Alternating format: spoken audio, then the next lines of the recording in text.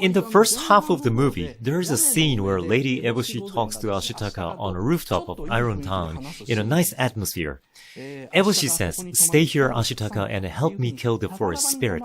So she tries to persuade him to stay and work in Iron Town. Then she continues, "If the ancient gods disappear and the light enters into the forest, this place will be a rich land and Princess Mononoke will become human again."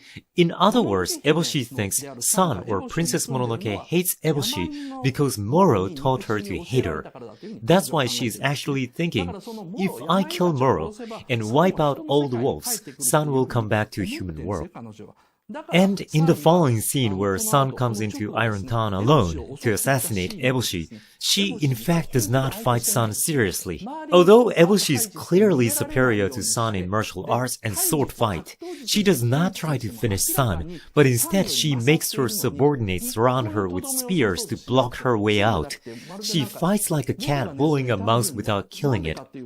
The reason for this is because Eboshi is waiting for San to run out of energy and fall down so she can catch her alive. But on the surface, she gives San "I'm going to kill you" look when she fights. She's actually a lot stronger than San, but she doesn't deal with her seriously. And Moro, a Japanese wolf, hates Eboshi deeply, but even she seems to want San to return to the human world. This is a scene where Moro and San part. And when San leaves Moro saying, "I'm going to be the eyes for Okoto," she hugs Moro and acts like a child in front of her mom for the first time. Then Moro opens her eyes with long eyelashes and looks at her. The scene makes us realize, oh, she was a sexy wolf. It's also a scene where Jigo and Eboshi finally begin hunting the forest spirit, and San makes the final farewell to her mother and follow Okoto. They both know that they will never see each other again. Here, Moro says, "You have a way to live with that young man." Well, the real voice is a little bit more high-pitched. But when Ashitaka says earlier, "I will live with San, she's a human," Moro mocks Ashitaka insanely and says, like this, "How will you live with her?" In other words, Moro is someone who doesn't speak her mind. It's been consistent through the movie that she almost never says what's in her mind. When she's reunited with Okoto, the god of the wild boars, who was her lover before, she only says, "Okoto, finally a boar who will listen to reason." Or, "You can't even speak, can you?" As you can see, she never says what's truly in her mind. This is one incident that you can see in this video where a singer, Akihiro Miwa, voiced Moro, and you can see this in the video. At first, Miwa was acting normally without realizing the complex emotion Moro had toward Okoto. But when he said, "Okoto, finally a boar who will listen to reason," Miyazaki, who heard it, couldn't hold his patience, so he dashed out of the adjustment booth, ran up to Miwa and said, and then he said, "You see, Moro was actually in a relationship with Okoto." Miwa heard it and said, "What? A wolf and a wild boar?" Then Miyazaki said, "Yes, the wolf and the wild boar were in a relationship." Then Miwa was deeply convinced and said, "Oh, now I see." And in the next recording, he changed his tone of voice a little bit. He just added a slight nuance to his lines, such as, "You can't even speak, can you?" which now sounded like a woman describing a man who used to be in love relationship with her in the old days and feeling pitiful toward herself for liking such a man.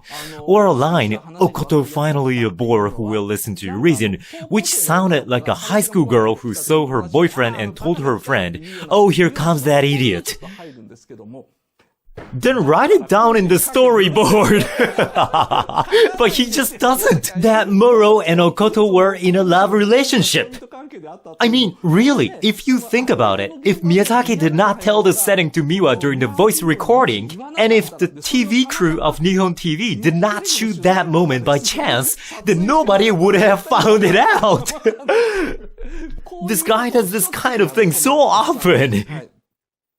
So why does he do that? let's talk about Miyazaki's unique way of playwriting and the essence of treating his characters in the second half tonight. And I will discuss some reasons. While Moro says to Ashitaka, "How will you live with her?" she's actually thinking that she can let Sun return to the human world. But to do so, the biggest premise is to kill Eboshi.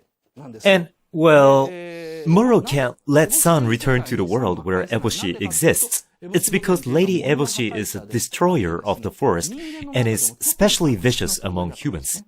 So, in other words, the two women, Moro and Eboshi, are both trying to save Sun.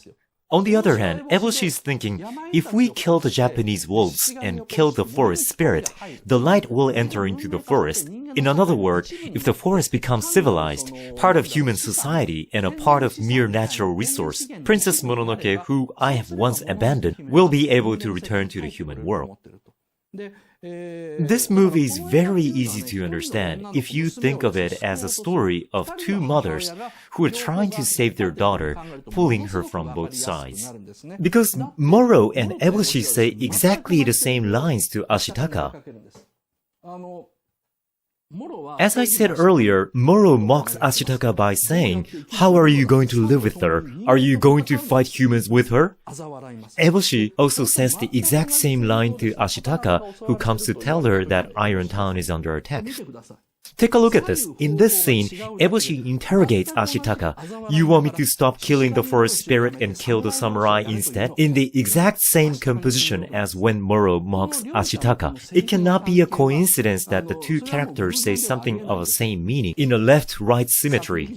If you see it in a playwriter's point of view, there's no way this happens without any intention. The two of them are questioning Ashitaka. "How do you want me to live? What do you want me to do about her? You want me to stop killing the forest spirit and kill the samurai instead? Or are you saying that you'll fight humans?" They're depicted in a complete right-left symmetry while they speak to the same character, Ashitaka. It means that the two mothers are asking about their daughter's life to a man who will become her husband. And there are also rhetorical questions. Knowing Ashitaka won't say yes, they ask him, "Is that what you want?" In other words, they're being a scary mom going, "How serious are you about my daughter?" while they both mock him in the same tone. So they mock and return the same lines to Ashitaka. Because the two are in the same position, which is being a mother as well as a tribal leader. These are what I was thinking before I came to think, oh, isn't Eboshi Sun's real mother? Just like I said earlier, there's no evidence, but nothing contradicts if we think like that, and it wouldn't be strange if Miyazaki had that kind of hidden settings, considering the fact that he wasn't going to make the movie without telling anyone about such an important setting on how Okoto and Moro used to be in a relationship. However, both Moro and Eboshi try not to let Sun notice that Sun's real mother is Eboshi. But both mothers believe that if they don't kill the other one, then there's no future for Sun, and that's how they fight each other.